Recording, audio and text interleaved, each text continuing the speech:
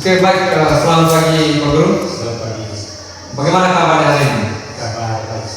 Bagaimana dengan Pak sendiri? Puji Tuhan, kabar baik. Pak John, saya ingin pada kesempatan kali ini, kebetulan besok kita akan melakukan supervisi. Maka dari itu sekarang saya ingin membicarakan rencana supervisi untuk pembelajaran IPS di kelas 8 ya besok ya, yang besok kita akan laksanakan ya. Selanjutnya kira-kira untuk kegiatan supervisi besok itu apa tugas pembelajaran yang ingin Bapak terapkan di dalam kelas? Tujuan yang saya ingin bicarakan kepada peserta didik, di mana mereka harus bisa menjelaskan bagaimana perkembangan kebudayaan dan agama Islam di Indonesia atau yang masuk di Indonesia. Itu konten materinya ya. Lalu kira-kira dari proses pembelajaran yang ingin kita lakukan besok itu apa area pengembangan yang hendak ingin dicapai? Saya menerapkan pembelajaran yang lebih interaktif, di mana di sini bisa membangkitkan motivasi belajar siswa terhadap materi, yaitu materi perkembangan agama dan kebudayaan Islam di Indonesia. Saya pikir ini rencana yang sangat menarik karena area yang ingin dikembangkan ini adalah bagaimana pembelajaran yang interaktif. Sebagaimana yang kita ketahui bersama Pak John, ini penting kita lakukan di dalam kelas karena dengan begitu kita bisa membangkitkan motivasi belajar siswa.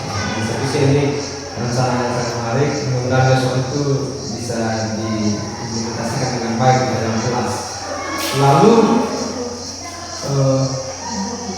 kira-kira apa metode pembelajaran yang ingin Bapak terapkan besok itu sehingga rencana model pembelajaran interaktif itu bisa kita lihat secara bersama besok.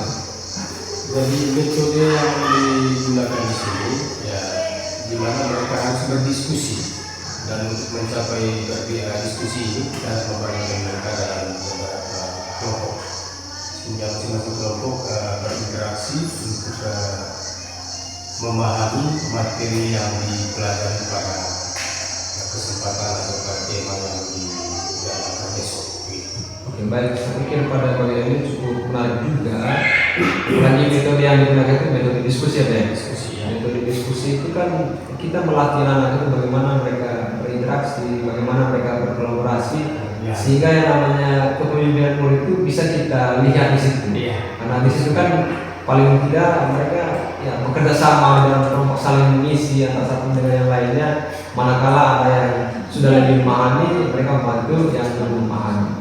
Lalu selanjutnya kira-kira kompetensi apa yang bisa dimiliki siswa setelah mengikuti pembelajaran sesuai dengan yang Bapak harapkan? Ya.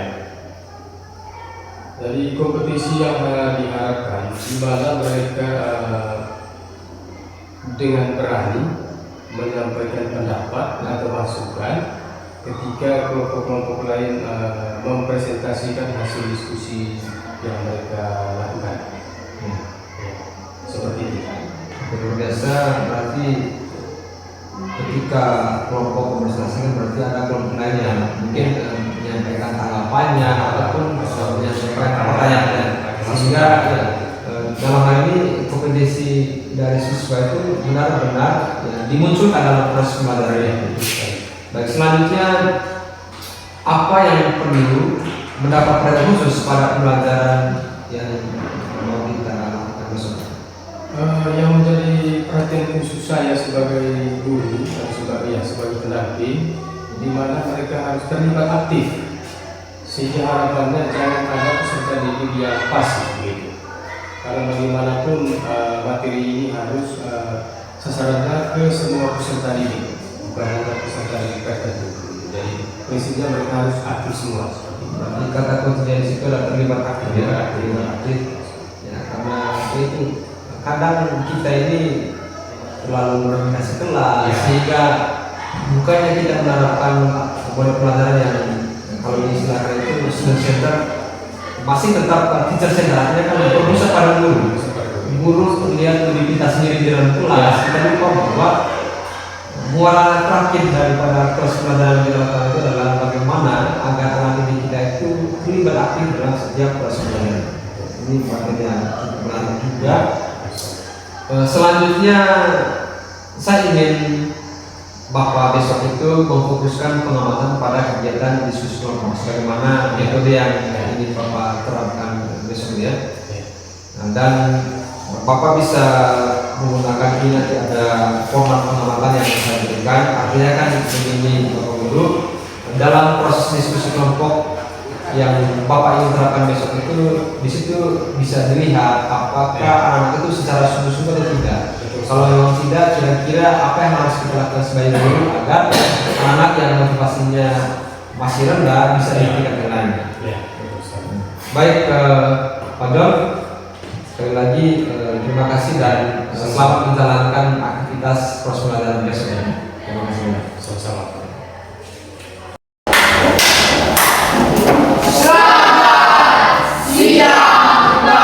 Baik, selamat siang anak-anak. Siang, Pak. Silakan dulu.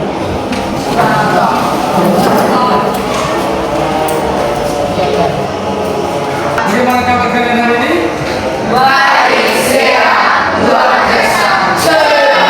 Baik, terima kasih. Bapak Guru sangat senang mendengar jawaban dari anak-anak sekalian. Oke, seperti biasa sebelum kita memulai pelajaran kita hari ini, kita sebagai orang beriman ya kita harus berdoa. Dan yang memimpin kita dalam doa adalah Juit. Silakan Juit.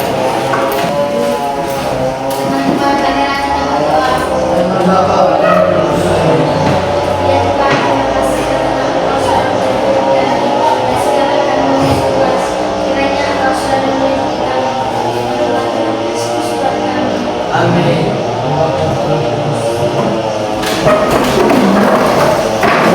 Terima kasih kepada para Juit yang memimpin kita dalam doa pada kesempatan ini. Sebelum kita mulai pelajaran, saya ingin mengecek dulu kehadiran kita, ya. Farsi, Ayo, Pak. Budiman, Pak.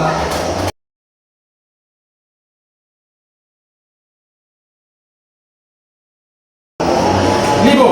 Ayo, Pak. Oke, baik. Jadi untuk meningkatkan semangat kita speaking dulu ya. Satu orang pimpin kita untuk tetap semangat. Semua berdiri, semua berdiri. Supaya kita semangat dalam mengikuti pelajaran kita hari ini.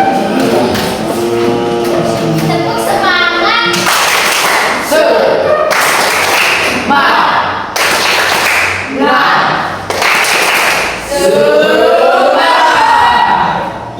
Sekali lagi. Tepuk semangat.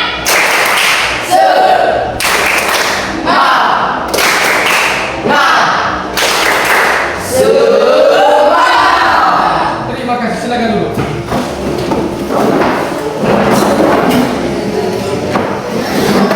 Oke, baik anak-anakku sekalian. Hari ini kita akan mempelajari tema yang baru, yaitu tentang perkembangan perkembangan agama dan kebudayaan Islam di Indonesia. Nah, sebelum kita mulai pelajaran kita hari ini, saya ingin bertanya dulu kepada anak-anak sekalian. Apa yang Anda ketahui tentang Islam di Indonesia ini? Silakan. Agama Islam adalah agama yang terbesar di Indonesia sebagai komunitas. Oke, baik, tepuk tangan untuk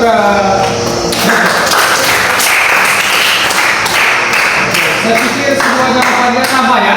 Karena kita ketahui bahwa Islam adalah salah satu agama terbesar, atau dengan kata lain adalah agama mayoritas di Negara Kesatuan Republik Indonesia. Oke, pada hari ini ada tujuan dari pembelajaran kita. Yang pertama adalah kalian mampu menjelaskan proses perkembangan agama dan kebudayaan Islam di Indonesia. Sekali lagi, tujuan pembahasan kita hari ini adalah kalian mampu menjelaskan proses perkembangan agama dan kebudayaan Islam di Indonesia. Yang kedua, kalian atau siswa mampu mendeskripsikan teori-teori yang berhubungan dengan perkembangan agama dan kebudayaan Islam di Indonesia. Oke. Dan untuk membahas materi-materi ini, kita dibagi ke dalam satu kelompok, ya. Dari kelompok satunya yang bagian ini, kemudian kelompok duanya di situ ada Ayu, Feli, Ano, dan Denis.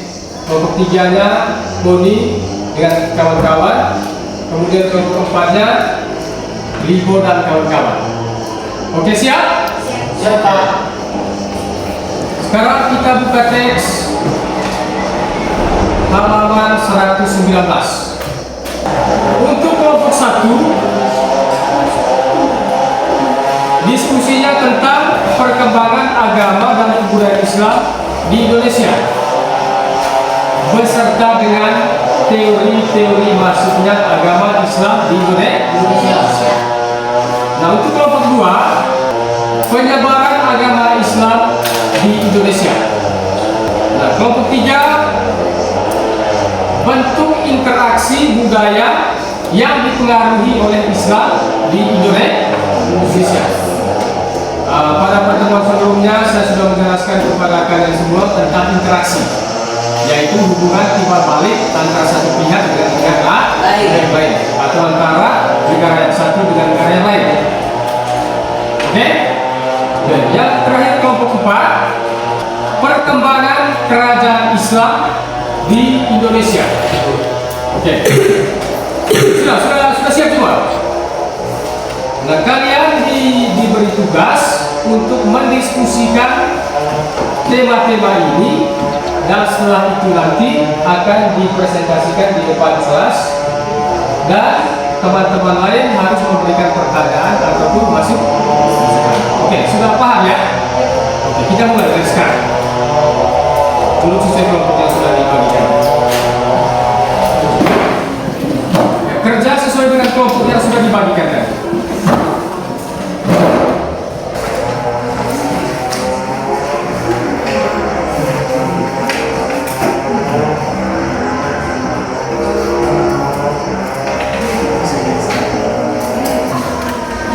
Masing-masing kelompok harus aktif, ya. Semua anggota dalam kelompok harus berpartisipasi aktif dalam berdiskusi.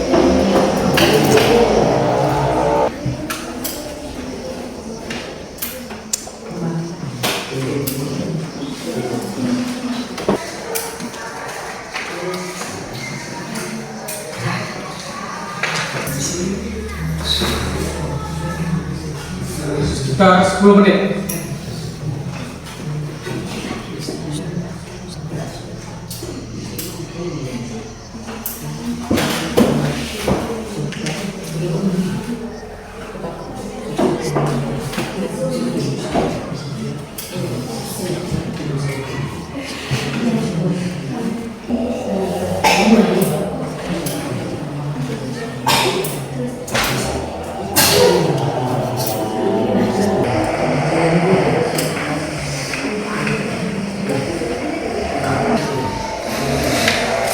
Sudah?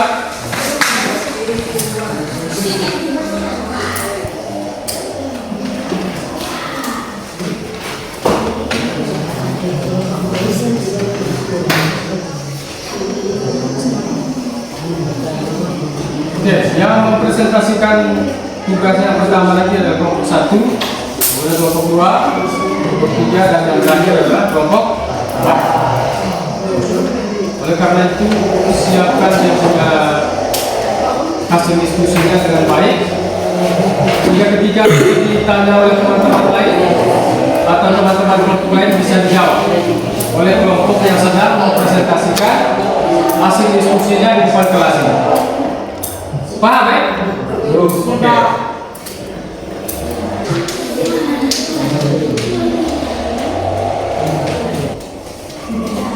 Ya, semua kelompok harus aktif.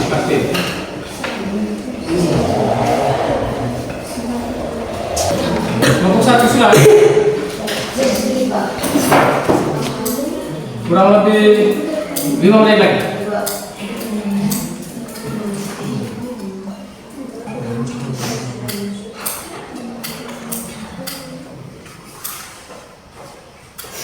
Sekali lagi, Pak Guru ingatkan bahwa semua anggota kelompok itu harus aktif.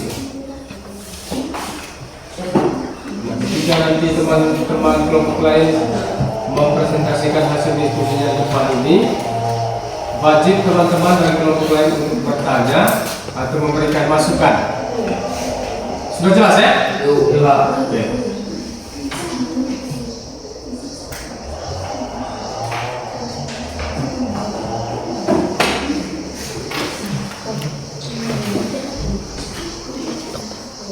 Kelompok 1 silakan maju. Sudah selesai. Ya. Kelompok 2. Kelompok 3. 4.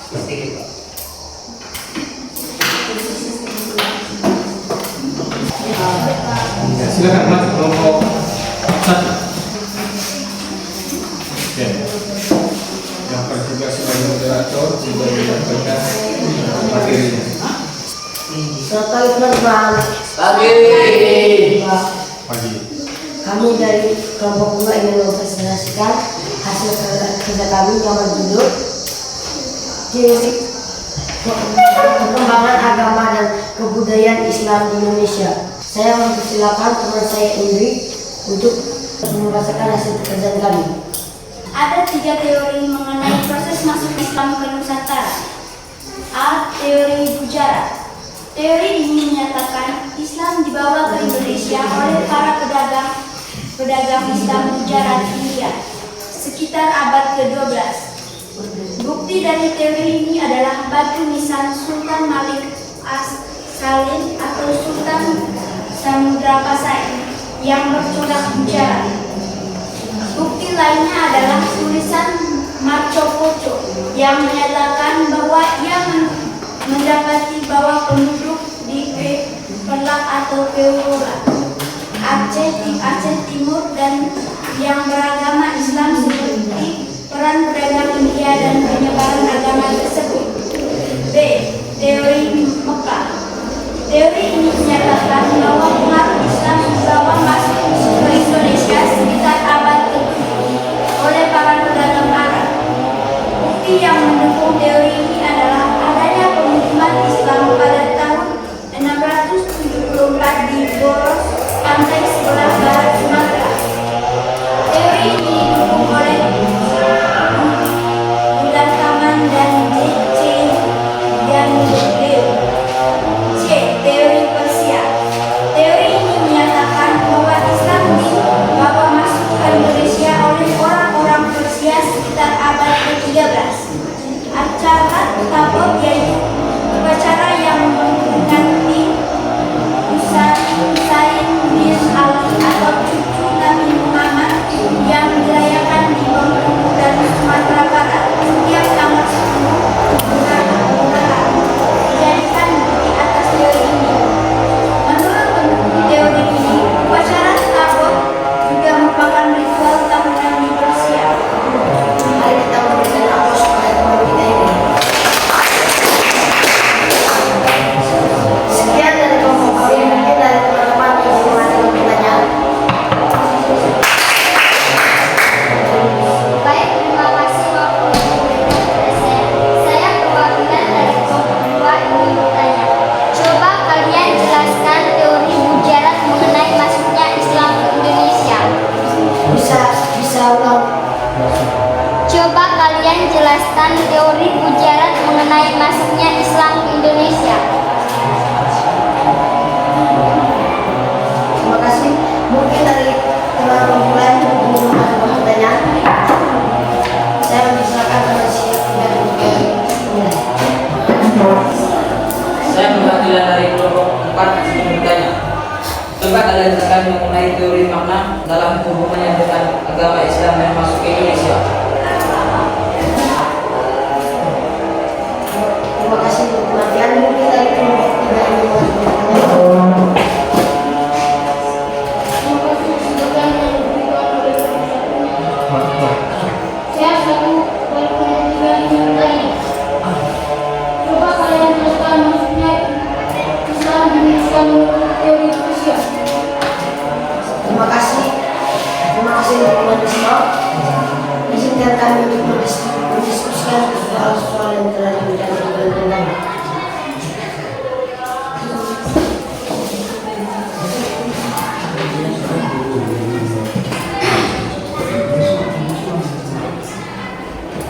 Baik teman-teman, kali ini kami akan menjawab pertanyaan yang telah diberikan oleh teman-teman. Pertanyaan nomor 1. Pertanyaan nomor 1 dari kelompok 2. Coba kalian jelaskan tentang teori Gujarat. Teori Gujarat ini menyatakan Islam dibawa ke Indonesia oleh para pedagang Islam Gujarat sekitar abad ke-12. Dan bukti dari teori ini adalah batu nisan Sultan Malik Al-Sahid, yaitu Sultan Samudra Pasai yang bercorak Gujarat. Soal nomor 5. Coba kalian jelaskan tentang teori Mekah. Teori ini menyatakan bahwa pengaruh Islam dibawa masuk ke Indonesia sekitar abad ke-7. Bukti dari teori ini adalah adanya pemukiman Islam pada tahun 674 di Boros, pantai sebelah barat Sumatera. Pertanyaan nomor 3, coba kalian jelaskan tentang teori Persia. Teori ini menyatakan bahwa Islam dibawa masuk ke Indonesia oleh orang-orang Persia sekitar abad ke-13. Bukti dari teori ini adalah adanya upacara tabut, yaitu upacara yang memperingati Husan bin Ali atau cucu Muhammad Nabi Muhammad yang dirayakan di Bengkulu dan Sumatera Barat setiap tanggal 10 Muharram. Dijadikan bukti atas teori ini. Bagaimana untuk jawabannya? Apakah sudah puas? Puas. Itulah hasil kerja kami. Sekian dan terima kasih. Luar biasa, kelompok 1, kita berikan aplaus yang setinggi-tingginya untuk kelompok 1. Oke.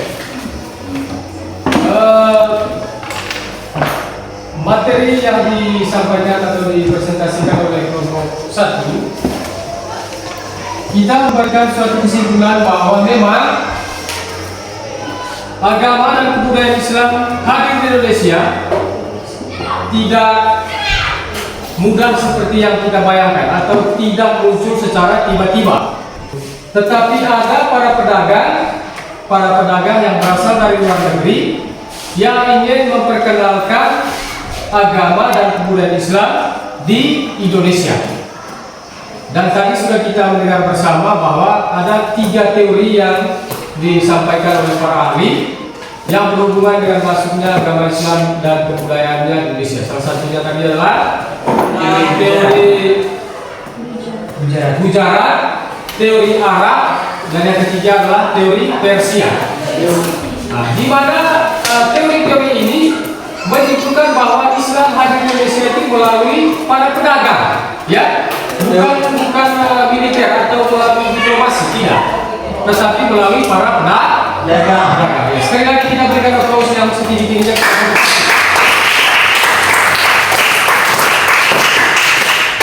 Oke. Yang kedua, kelompok 2, silakan maju.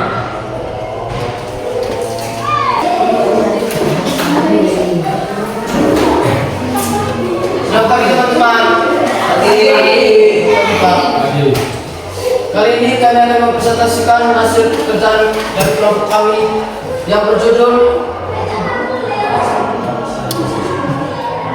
Penyebaran Agama Islam di Indonesia.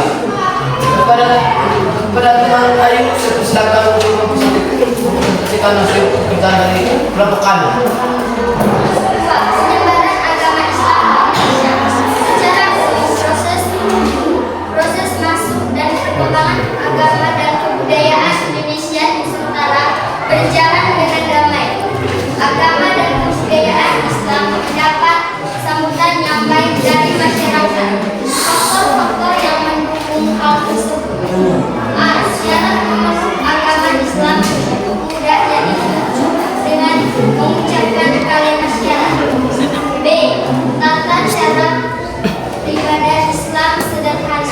C. Islam tidak mengenal lapisan sosial. D. Penyebaran Islam berlangsung damai melalui saluran perdagangan, perkawinan, pendidikan. Penyebaran Pada teman Indonesia, silakan.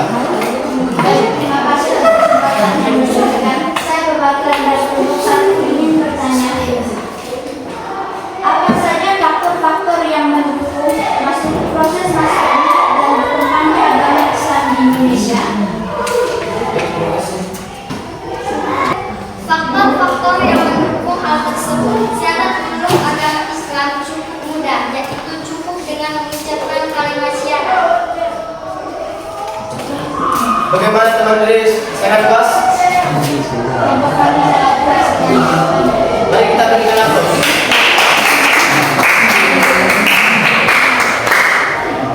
Baik, mungkin itu saja presentasi dari kelompok kami. Lebih dan kurangnya sekian dan terima kasih.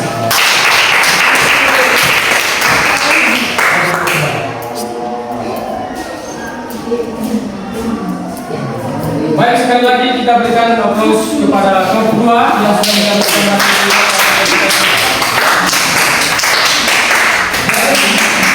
inti dari sini di mana masuk atau berkembangnya Islam Indonesia ini diterima oleh masyarakat luas. Karena pertama tadi adalah syarat untuk memeluk atau untuk masuk agama Islam itu tidak melalui kekerasan seperti yang dilakukan oleh agama-agama lain, misalnya dengan cara peperangan, tidak. Tapi mereka masuk dengan cara damai seperti cara melakukan perkawinan, pernikahan, dan cara-cara positif yang lainnya, sehingga bisa diterima oleh masyarakat pribumi Indonesia. Beda seperti agama Kristen. Selain mereka memperkenalkan agamanya, tapi begitu mereka masuk, itu ditentang oleh penduduk-penduduk setempat. Karena caranya tadi, cara yang kurang manusiawi atau kurang berkenan di hati pribumi masyarakat Indonesia, sehingga ada perang. Nah, dalam konteks ini, ketika kita menelusuri perkembangan masuknya Islam, tidak ada peperangan di sana. Malah mereka diterima dengan baik oleh masyarakat pribumi yang berada di Indonesia. Oke. Kemudian kita ketahui bersama juga bahwa sebelum Islam masuk, agama Hindu sudah masuk ke Indonesia, ya toh? Dengan sistem kerajaan yang sama. Tetapi lagi-lagi lambat laun seiring dengan perkembangan waktu, agama Hindu perlahan hilang. Muncul agama yang bercorak kerajaan, yaitu agama Islam. Oke, mungkin sampai di sini dulu materi kita hari ini. Dan kita bertemu lagi pada pertemuan berikut di hari Jumat mendatang. Terima kasih dan selamat siang. Kita berdoa.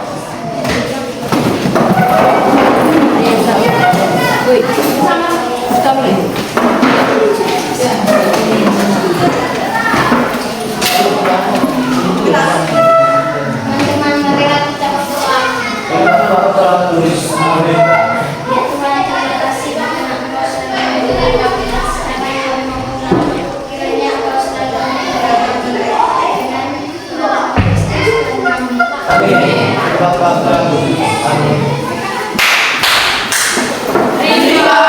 kasih, Pak.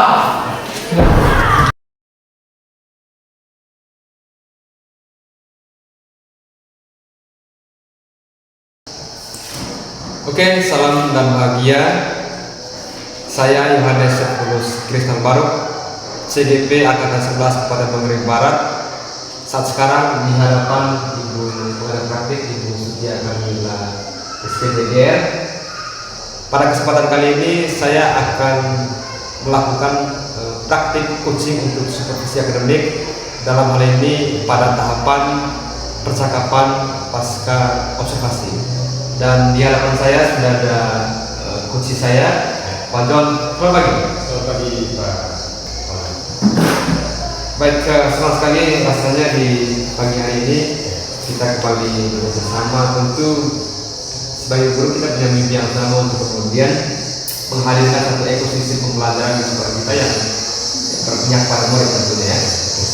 Dan kemarin Pak John kita sudah melakukan praktik supervisi di mana saya selaku supervisornya kemarin sudah mengamati dan saya melihat pembelajaran yang coba diterapkan oleh Pak John itu ya sudah mulai berpihak pada siswa, di mana di dalamnya itu siswa terlihat antusias apalagi dengan metode diskusi yang kemarin. Makanya sekarang saya coba menanyakan beberapa hal terkait praktik pembelajaran kemarin sebenarnya. Jadi kira-kira bagaimana kesan dari Bapak sendiri setelah kemarin itu kita sudah melaksanakan pembelajaran di dalam kelas? Kesan saya sebagai guru merasa senang melaksanakan pembelajaran ini dengan diskusi. Setelah ini kami siswa sangat antusias dalam mengikuti kegiatan pembelajaran ini. Memang itu juga yang saya lihat kemarin itu siswa sangat antusias. Itu poin yang menurut saya sangat positif kemarin ya.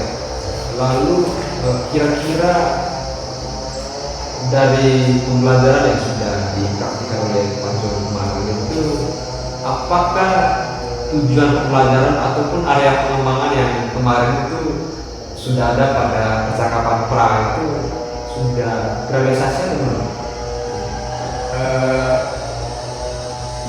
Untuk tujuan pembelajaran kemarin pada prinsipnya semuanya terrealisasi dengan baik.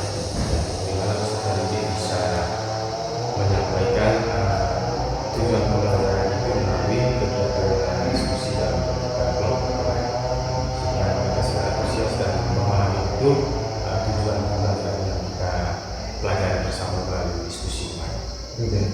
Lalu kira-kira pada aspek area pengembangan yang sudah direncanakan kemarin itu, kalau saya tidak salah kemarin itu untuk mengimplementasikan model pembelajaran interaktif, apakah aspek interaktif itu sendiri sudah tercermin tidak dalam proses pembelajaran kemarin menurut Pak John sendiri? Kemarin menurut saya sudah tercermin karena mereka sangat interaktif, di mana mereka saling memberikan tanggapan, kemudian tanya jawab, masukan yang bersifat positif kepada kelompok lain, dan kelompok lain juga meresponnya sangat bagus sesuai dengan tujuan pembelajaran yang dipelajari. Memang kalau berbicara tentang interaktif pada tataran yang lebih sederhana, ya kemarin itu yang saya lihat juga ya, sudah nampak itu pada saat berdiskusi ada tanya jawab dengan kelompok. Nah sekarang apa kira-kira yang sudah dan belum Bapak lakukan di dalam kelas kemarin? Baik, kemarin memang dalam proses pembelajaran itu kita menggunakan metode diskusi. Dan tentu saya sudah memberikan kesempatan yang seluas-luasnya kepada siswa dan menciptakan situasi yang nyaman sehingga mereka melaksanakan kegiatan pembelajaran itu tanpa beban. Kemudian saya juga mengarahkan mereka supaya tidak boleh mengeluarkan kata-kata yang kasar dalam masukan kelompok lain berdiskusi. Oke, baik, memang kemarin itu belum luar biasa. Saya mengamati secara sama mulai dari awal kegiatan pembelajaran sampai di akhir. Itu kan tadi hal-hal yang sudah Bapak lakukan. Pasti dalam praktik pembelajaran kemarin itu Pak John juga bisa melaksanakan ini. Kira-kira bagian yang kurang yang kemarin kemudian ditingkatkan lagi itu kira-kira pada bagaimana? Betul sekali. Yang perlu saya lakukan mungkin soal optimalisasi penggunaan teknologi dalam mendukung kegiatan pembelajaran dalam kelas. Tentu yang lebih variatif itu yang perlu dilakukan. Baik, kalau ngomong tentang model pembelajaran yang variatif, itu berarti kita mau menerapkan satu pembelajaran yang mana kita mengintegrasikan bagaimana pelajaran yang berbasis ICT, penggunaan teknologi di dalamnya, kemudian baik dari sisi konten ataupun media-media pelajaran inovatif. Karena ya, kita ketahui sendiri juga bahwa ya anak-anak sekarang itu kan kehidupannya tidak lari jauh dari yang namanya hal-hal yang sifatnya inovatif, kemudian bagaimana pengaruh gadget terhadap proses belajar mereka, sehingga ya, kita juga harus mampu menghadirkan satu metode ataupun gaya belajar yang lebih dekat dengan kehidupan mereka. Baik, lalu kira-kira itu kan Pak John sudah mampu mengidentifikasi yang kurangnya. Lalu kedepannya apa rencana dari Pak John sehingga selain Pak John menghadirkan satu metode diskusi tadi, juga ya pembelajaran yang inovatif tadi. Baik, yang perlu saya lakukan ke depannya, karena kita tahu bahwa seorang guru itu melekat pada istilah guru hebat, tentu saya akan mencari referensi yang lebih banyak lagi, kemudian lebih menarik lagi, lalu mengoptimalisasikan penggunaan media pembelajaran yang kontekstual tentunya dalam kegiatan pembelajaran di kelas. Wah, sangat menarik. Saya tadi menangkap satu poin itu kontekstual. Ya. Kontekstual berarti ya yang berkaitan dengan apa yang ada di sekitar mereka. Itu berarti area pengembangan pembelajaran yang ingin kita hadirkan itu adalah sesuatu yang mungkin membantu mereka untuk kemudian mudah memahami konteks materi yang kita ada. Karena metode yang kita pakai itu sifatnya sangat kontekstual dibandingkan dengan kita membicarakan hal-hal yang mungkin mereka tidak melihat, mereka tidak merasakan. Ya, teoritis. Ya, sangat itu. Saya pikir itu sangat bagus sekali. Lalu adakah hal lain juga selain penggunaan media pembelajaran inovatif yang mungkin bisa membantu kemudian bagaimana penerapan media pembelajaran itu benar-benar berpihak pada murid? Pada prinsipnya, di mana kita sebagai guru juga harus menciptakan rasa nyaman bagi peserta didik selain penggunaan teknologi sebagai media pembelajaran. Juga kita harus mampu menciptakan hubungan yang baik antara guru dengan peserta didik, kemudian peserta didik dengan peserta didik lain. Ini bagian yang sangat menarik. Kalau saya simpulkan ini ada kaitan dengan bagaimana penerapan budaya positif di sekolah, yang mana seorang guru itu ya selain dia mengajar, selain dia melakukan transformasi pendidikan, hal lain yang tidak terlalu penting itu adalah bagaimana menciptakan rasa nyaman, agar siswa itu mereka belajar dalam kelas itu tidak dalam keadaan tertekan, kemudian tidak dalam keadaan nanti kalau misalkan saya menjawab ini rumah atau hal lain dan sebagainya. Baik, mungkin selanjutnya tadi kan sudah dibicarakan itu hal-hal yang ingin Bapak tingkatkan, karena tadi Bapak sudah mengidentifikasi hal-hal yang sudah dan yang belum dilakukan, dan Bapak ya, ingin kemudian nanti hal yang belum itu kemudian bisa direalisasikan. Jadi sudah dibicarakan.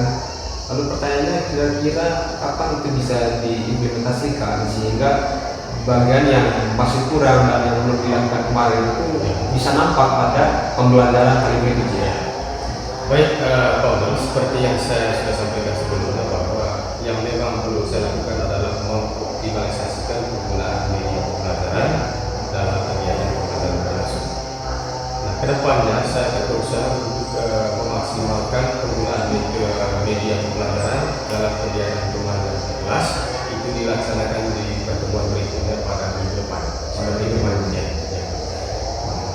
Dan kalau berbicara tentang rencana kemudian mengeksekusi hal-hal yang sudah direncanakan itu berarti sudah cukup untuk menambahkan kesungguhan dari Pak John untuk kemudian terus berbenah dan mampu menciptakan pembelajaran yang lebih berpihak pada siswa lagi. Nah, lalu dari waktu yang sudah ditetapkan, mungkin hal-hal yang perlu diharapkan lagi agar nanti pada saat proses pelaksanaan itu kemudian bisa nampak apa yang sudah direncanakan, atau sederhananya begini, faktor lain yang mungkin diharapkan menjadi pendukung kemudian apa yang sudah Bapak rencanakan pada pembelajaran yang depan itu bisa benar-benar terrealisasi. Selain mengoptimalisasikan penggunaan media pembelajaran, tentu harapan saya sebagai guru, peserta didik saya siswa harus benar-benar dalam kondisi yang nyaman, kemudian sehat bagi jasmani dan rohani. Karena bagaimanapun dalam kegiatan diskusi yang buat sehat seperti itu. Dari prinsipnya pada pelaksanaan pendidikannya nyaman, kemudian peserta didik harus tetap dalam keadaan sehat dan fit seperti itu. Oke. Baik, saya pikir sampai sejauh ini rencana yang sudah dibicarakan, mulai waktu yang kemudian sudah ditetapkan, kemudian bisa mendiskusi hal-hal yang sudah Bapak gambarkan tadi itu, paling tidak ya kita berharap, saya juga selaku rekan pejabat yang dalam hal ini posisinya sebagai supervisor sekarang, agar nanti apa yang Bapak katakan itu benar-benar bisa dijalankan dengan baik ya. Mungkin terima kasih banyak Pak John, luar biasa dan semangat dalam melakukan proses pembelajaran yang kemudian berpihak pada siswa. Ya, sama-sama. Salam